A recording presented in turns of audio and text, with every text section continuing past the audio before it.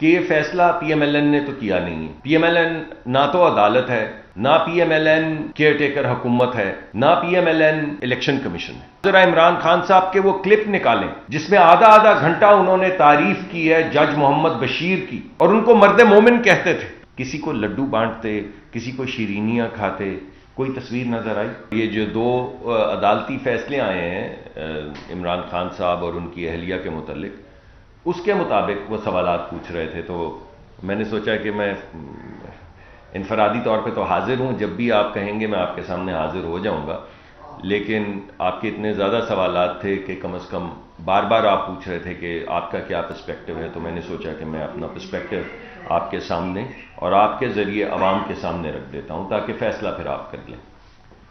देखिए, पहली बात तो यह है कि ये फैसला पीएमएलएन ने तो किया नहीं है। पीएमएलएन ना तो अदालत है, ना पीएमएलएन केयरटेकर हुकूमत है, ना पीएमएलएन इलेक्शन कमीशन है। ये फैसला जिनने किया है, ये तमाम तफसीली सवालात जो आप पूछ रहे हैं, हम अपना मौक़िफ़ तो दे सकते हैं, लेकिन ये सवालात तो आपको उन्हीं से पूछने चाहिए जिनने ये फैसले किए हैं। तो पहला मुकदमा तो मैं आपके सामने ये रख रहा हूं कि ये मुकदमा ही अदालत का है, हमारा नहीं है। दूसरा, मैं आपके सामने ये मुकदमा रखना चाहता हूं कि ये जो फैसला आपके सामने आया है, इनमें से एक फैसला जज मोहम्मद बशीर साहब ने किया है।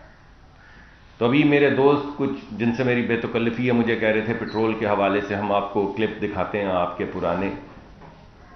तो मैंने उनसे गुजारिश की कि आप जरा इमरान खान साहब के वो क्लिप निकालें जिसमें आधा आधा घंटा उन्होंने तारीफ की है जज मोहम्मद बशीर की, इस वजह से कि उन्होंने नवाज शरीफ को और उनकी बिटिया को, दोनों को 8-8 10-10 साल कैद की सजा दी थी, और उनको मर्द मोमिन कहते थे, और कहते थे कि जज मोहम्मद बशीर से ज्यादा अजीम कोई शख्स नहीं है। तो भाई, आज जज मोहम्मद बशीर की अजमत को क्या हुआ? ये आज जो एतराजात उठा रहे हैं, जरा इनको उन क्लिप्स के हवाले से देखें जिसमें आप थकते नहीं थे जज मोहम्मद बशीर का नाम लिए हुए। तो आज भी तो फैसला जज मोहम्मद बशीर का है। तो वो वाला जज मोहम्मद बशीर गलत था और ये वाला जज मोहम्मद बशीर सही है, या ये वाला जज मोहम्मद बशीर गलत है और वो वाला गलत जज मोहम्मद बशीर सही था? एक बात इस हवाले से मैं आपको और भी बताना चाहता हूं। कोई आपको तस्वीर नजर आई मियां नवाज शरीफ साहब की कि वो किसी को शीरीनी या लड्डू खिला रहे हैं या खुशियां मना रहे हैं? हमारी तरफ से, मेरी तरफ से, मरीम नवाज साहिबा की तरफ से किसी को लड्डू बांटते, किसी को शीरीनियां खाते, कोई तस्वीर नजर आई? अब वो जरा आप खुद जाके चेक कर लें, और आप माशाल्लाह अवाम भी जो है और हमारे बिलखसूस यंग बच्चे, कि वो जो दूसरों के दुख के ऊपर, दूसरों की तंगी के ऊपर, दूसरों की तकलीफ के ऊपर जो लड्डू बांट रहे थे, जो खुशियां मना रहे थे, वो क्या थी? तो इन दोनों चीजों को सामने रखेंगे तो आपको दोनों जगह का कल्चर आपके सामने आ जाएगा, और आपके सामने वो हिपोक्रेसी भी आ जाएगी, वो दोगलापन भी आ जाएगा जो आपको जज मोहम्मद बशीर अब और जज मोहम्मद बशीर तब, उसके ऊपर जो तबसरे थे, उनकी तकरार में आपको हकीकत जो है पता चल जाएगी। और मैंने आपको कहा कि यह फैसला अदालत का है, लेकिन भाई इस अदालत के फैसले के ऊपर तो अपीलें मौजूद हैं। अभी इसके बाद तो हाई कोर्ट में अपील है, उसके बाद रिव्यू है, उसके बाद सुप्रीम कोर्ट की अपील है, उसके बाद सुप्रीम कोर्ट का रिव्यू है। 3-3, 4-4 आपके पास अपीलें मौजूद हैं। और अगर किसी जगह पे झोल है अदालती कार्रवाई में, अगर फैसले में कोई झोल है, अगर आप समझते हैं कि फैसला सही नहीं है, तो आपको रिलीफ मिल जाएगा। मियां मोहम्मद नवाज शरीफ के लिए तो कोई रिलीफ नहीं था। सुप्रीम कोर्ट ऑफ पाकिस्तान को ट्रायल कोर्ट बना दिया गया। वो क्या है कि किसे वकील करें, किससे मुंसफी चाहें, कि खुदी अदालत भी, खुदी वकील भी, खुदी सुपरवाइजर भी। क्या हैरत की बात है कि पाकिस्तान की तारीख में सुप्रीम कोर्ट ऑफ पाकिस्तान को ट्रायल कोर्ट बना दिया गया और सजा दे दी गई जिसकी अपील कहां करें? अगर सुप्रीम कोर्ट खुद आपको सजा दे रहा है तो भाई अपील कहां करें? यहां तो आपको तमाम अपील के हक दिए गए हैं और मैं तो कानूनी माहिर हूं नहीं कि कानूनी तौर पे उस पर तबसरा कर सकूं, लेकिन यह तो मैं आपको बता सकता हूं कि कोई सुप्रीम कोर्ट का जज सुपरवाइजर नहीं लगाया गया इस केस के ऊपर, सुप्रीम कोर्ट का, हाई कोर्ट का नहीं।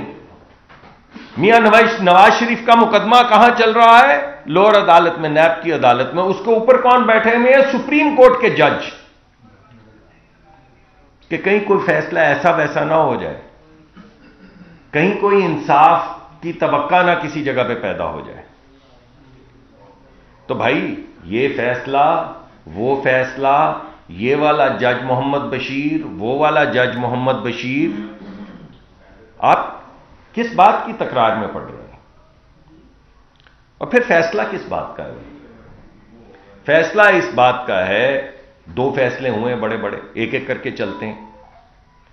पहला फैसला यह है कि आपने जो तोहफे लिए वो डिक्लेयर नहीं किए, यानी जो तोहफा आपको मिलता है, मैं जब वजारत में था तो हम जाते थे बाहर टूर्स पे, तो हमें भी, खैर हमारी तो कोई इतनी हैसियत नहीं थी, मगर हैसियत के मुताबिक कोई ना कोई किसी जगह पे तोहफा दे देता था। सब तोशा खाना में पड़े, सब जमा हुए हुए, एक एक चीज, किसी रुमाल, कोई प्लेट, जो चीज दी गई तोशा खाना में जमा करवा दी गई। वो इस वजह से कि मुझे मेरी जाती हैसियत में तो किसी ने भाई तोहफे देने होते तो इससे पहले मैं जब जाता था तो मुझे तोहफे दे देते ना, कि वो डॉक्टर साहब आप तशरीफ लाए हैं, हमें बड़ी मोहब्बत है आपसे, ये तोहफा तो लेते जाएं।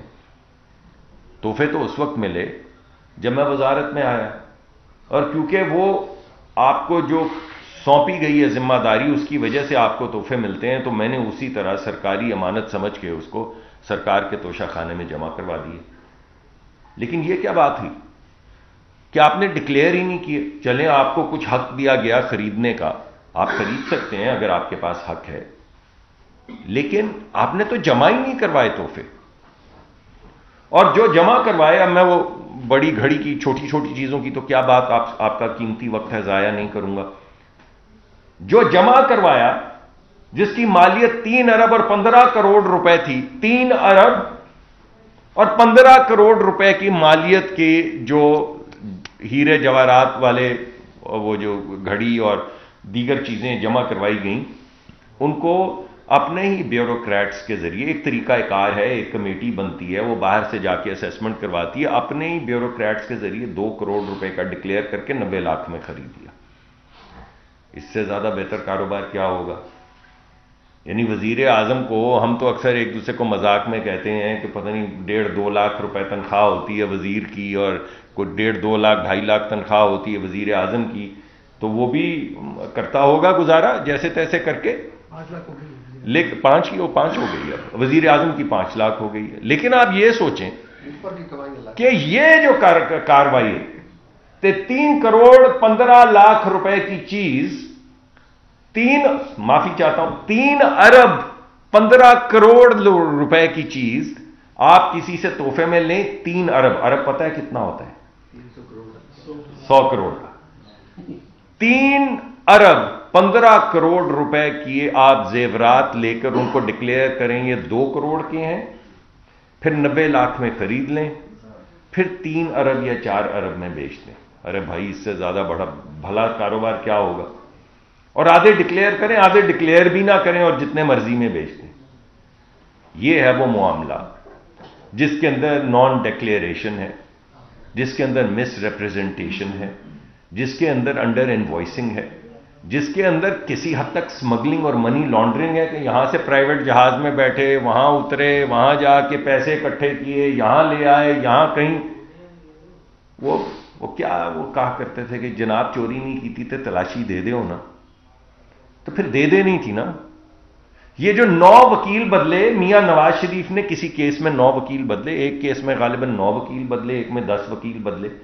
मियां नवाज शरीफ के तो वही 2 वकील थे, वही चलते रहे, उन्हीं ने मुकदमा लड़ा है, रोज पेशी होती थी, रोज जाते थे, रोज आपके सामने आते थे, रोज जाते थे, रोज पेश होते थे, रोज शाम को आते थे, फिर अगले दिन जाते थे। तो यहां पे 1.5 1 साल, 6 महीने, 8 महीने, 9 वकील, 10 वकील बदले जा रहे। तो ये क्या हो रहा है भाई? ये कौन सी अदालती निजाम है? कभी वो कहते हैं कल आ जाइएगा, फिर अदालत कहती चले परसों आ जाइएगा, फिर वो कहते हैं चले वकील को ही भेज दें। ये वो जिस जमाने में बनी गाला में थे, मैं उस जमाने की बात कर रहा हूं, आपको याद होगा। यहां पे वो कहते थे अच्छा चले आप खुद नहीं आ सके, आखिरी मोहलत, चले एक और, चले एक और, चले शाम तक आ जाए। अरे नहीं आए, चले वकील ही भेज दें। भाई साहब ने वकील भी नहीं भेजे।